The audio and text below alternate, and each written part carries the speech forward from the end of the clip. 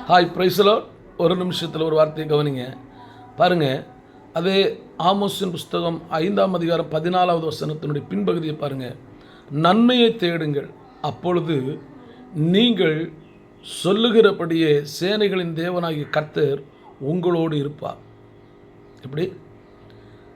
நன்மையை தேடுங்க, ஆண்டவர் உங்கள் கூட இருக்கணும். நீங்கள் சொல்கிறபடி உங்கள் கூடத்திலே ஆண்டவர் இருக்கணும் அப்படின்னா நன்மை செய்யணும். நன்மை செய்யாமல் தீமை செஞ்சுட்டு ஆண்டவர் என் கூட இருப்பார்னு சொன்னால் அப்படி சொல்கிறவங்க பொய் சொல்கிறாங்க.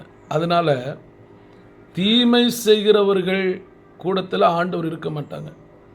நன்மை செய்கிறவர்கள் கூடத்தில் கண்டிப்பாக சர்வலோகத்தையும் படைத்த ஆண்டவர் இருப்பார். நீங்கள் தீமை செய்கிறவங்களா நன்மை செய்கிறவங்களா? கொஞ்சம் யோசித்து பாருங்கள். கொஞ்ச காலம் இந்த உலகத்திலே வாழுகிற நீங்கள் நன்மை செய்யுங்கள். ஆண்டவராகிய இயேசு கிறிஸ்து இந்த உலகத்தில் இருந்தபோது அனைத்து மக்களுக்கும் நன்மை செய்திருக்கிறார். அவர் ஒருவருக்கு கூட தீமை செய்ததே இல்லை.